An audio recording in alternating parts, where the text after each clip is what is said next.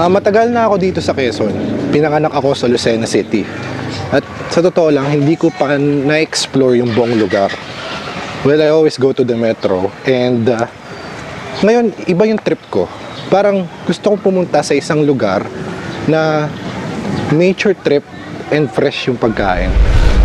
At akalain mo sa Dolores, Quezon ko pa yun nakita.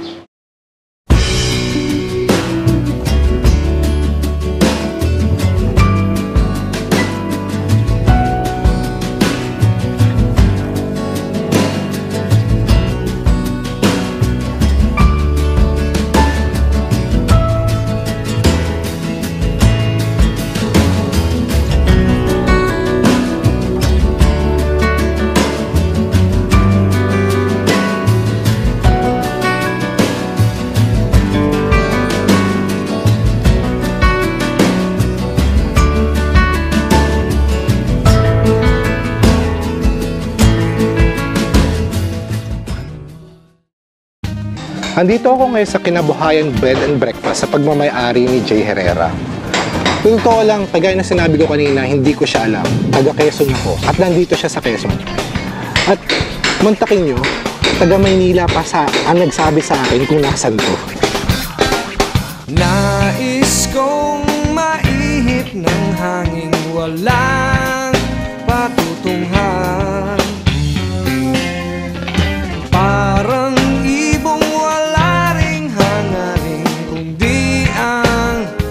lumipad, lumipad, lumipad, lumipad, lumipad. Nais kong lumipad. Alright. Oh, what do you want? Okay, so Jay Herrera, yes, ladies and hello, gentlemen, the owner of Kinabuhayan. Ooh. And later on, we are going to Kubli Springs. Kubli Springs. Yeah. Kubli Springs, yes. And tell me, Jay, how did this all started? Ooh.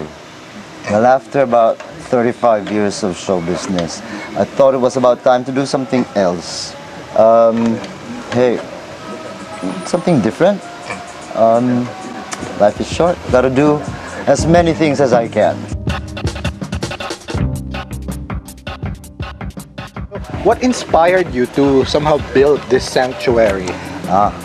Well, I come from here, Dolores, so I grew up here. What inspired me?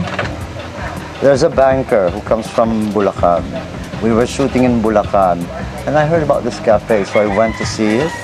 And I met him, and he was a banker. He quit his banking job, went into painting, and opened a gallery cafe. You could do that? Quit your day job? Man, that's interesting. Then, hey, maybe I'll try that. So I quit my day job and open this. How many years have you been doing this? Kinabuhayan Cafe, 6 years old, I believe. Yes, six and a half.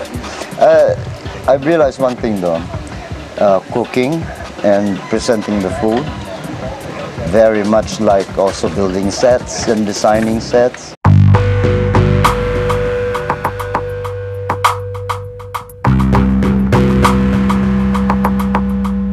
You mentioned something about show business. Yeah. What do you do there before? Almost everything, but basically it's production design for theater, concerts, and then TV, movies, advertising, commercials, print ads. So it's like you're the one-man army of Hey, well, the whole art production. well, you have to be able to do as much as you can, so that if you're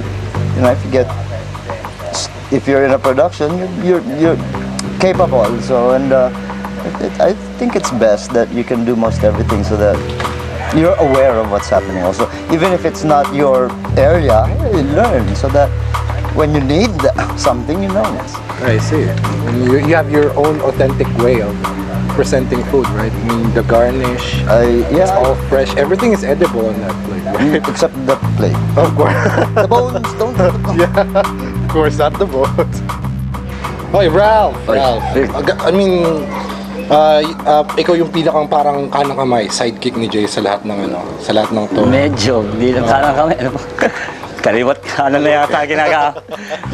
So, ano yung experience mo bilang yun, yung pagtulong sa kanya sa lahat ng to, sa kinabuhayan. Yun, dami ko natutunan eh. Hindi naman ako nag-aral ng pag-set up ng ganyan. Nakita ko nga kanina kayo nagde-design ng Oo. table. Gusto ko rin ibahagi naman sa mga taga dito yung natutunan ko rin ng ganyan. Na libre, hindi ako nag-aaral ng HRM na ganyan. Gusto ko ituruan yung mga tricycle driver, yung mga bata dyan na pwede matuto na hindi ka mag-aaral din. So, usually kayo nag-entertain pag wala si Jay? Ano yan eh, tag ito pag may ginagawa siya sa kitchen, gagawa akong paraan na yung guest naman namin na asikaso. Pag lumabas siya, ako nang papasok. Siseki ko naman kung ano yung naiwan niya sa kitchen. O, talagang tag team kayo. So, kung sino yung wala doon sa, Oo. sa lugar ng guest, pasok. Papasok. Ganun din lahat eh.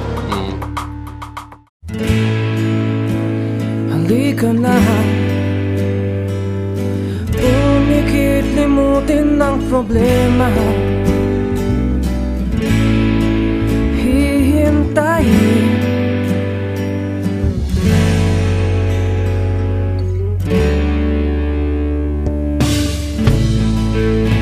magpahinga sa panaginip kay liligaya. Darating